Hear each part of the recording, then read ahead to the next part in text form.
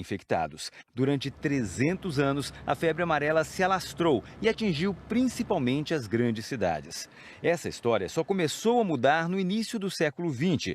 O sanitarista Oswaldo Cruz recebeu carta branca do governo para acabar com a infestação do mosquito, que é o único transmissor da doença em regiões urbanas. E ele conseguiu, com medidas que foram consideradas autoritárias na época. A vacinação era obrigatória e brigadas mata-mosquito tinham autorização de invadir e até demolir casas para eliminar criadouros. O último caso de febre amarela urbana no Brasil foi registrado em 1942, no Acre.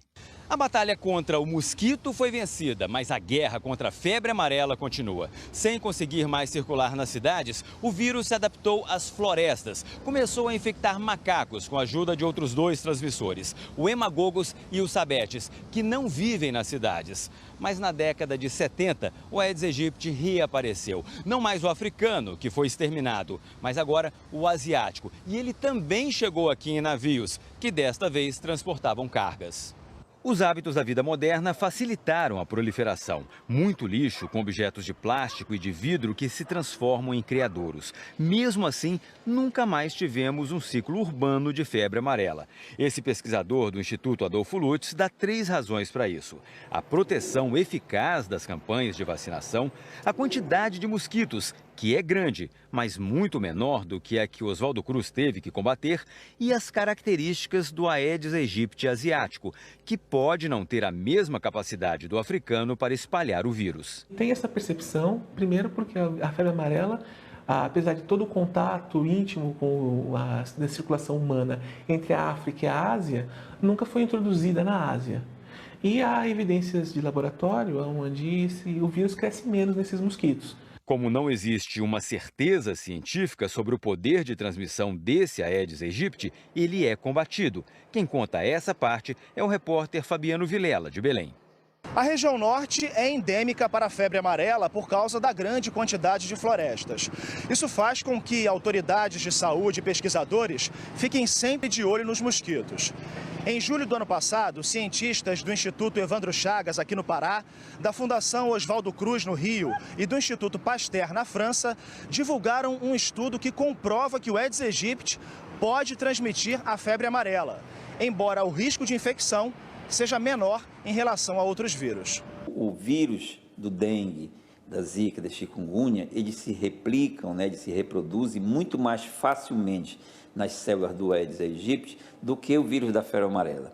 E isso se deve porque os receptores das células do Aedes aegypti, eles não gostam muito dos antígenos do vírus da febre amarela, os antígenos do envelope, as proteínas do envelope do vírus, que é que faz a ligação, e prefere o do dengue, do zika e do chikungunya. O diretor do Instituto Evandro Chagas também disse que, apesar do risco de transmissão, é pouco provável que o Aedes aegypti provoque uma epidemia de febre amarela nas áreas urbanas.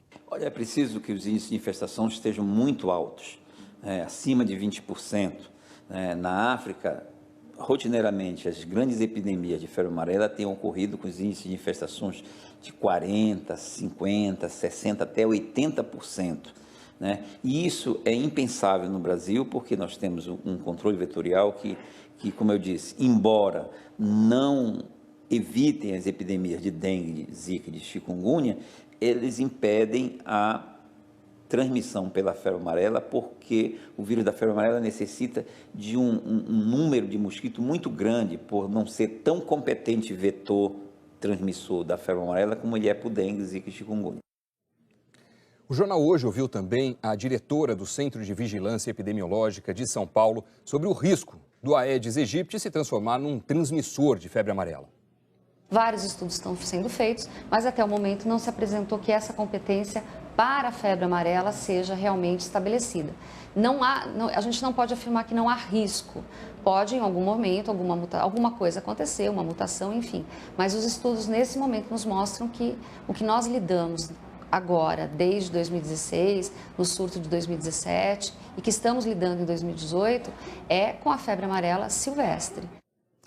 Especialistas ouvidos pela TV Globo explicaram que a decisão de ontem da OMS de recomendar a vacinação contra a febre amarela para os estrangeiros que visitarem todo o estado de São Paulo não quer dizer que haja perigo de contágio na capital paulista. A razão é a seguinte: como as autoridades de outros países não podem saber qual área de São Paulo cada viajante irá visitar, a praxe da organização internacional é incluir todo o estado na medida, mesmo em lugares que não sejam foco da doença.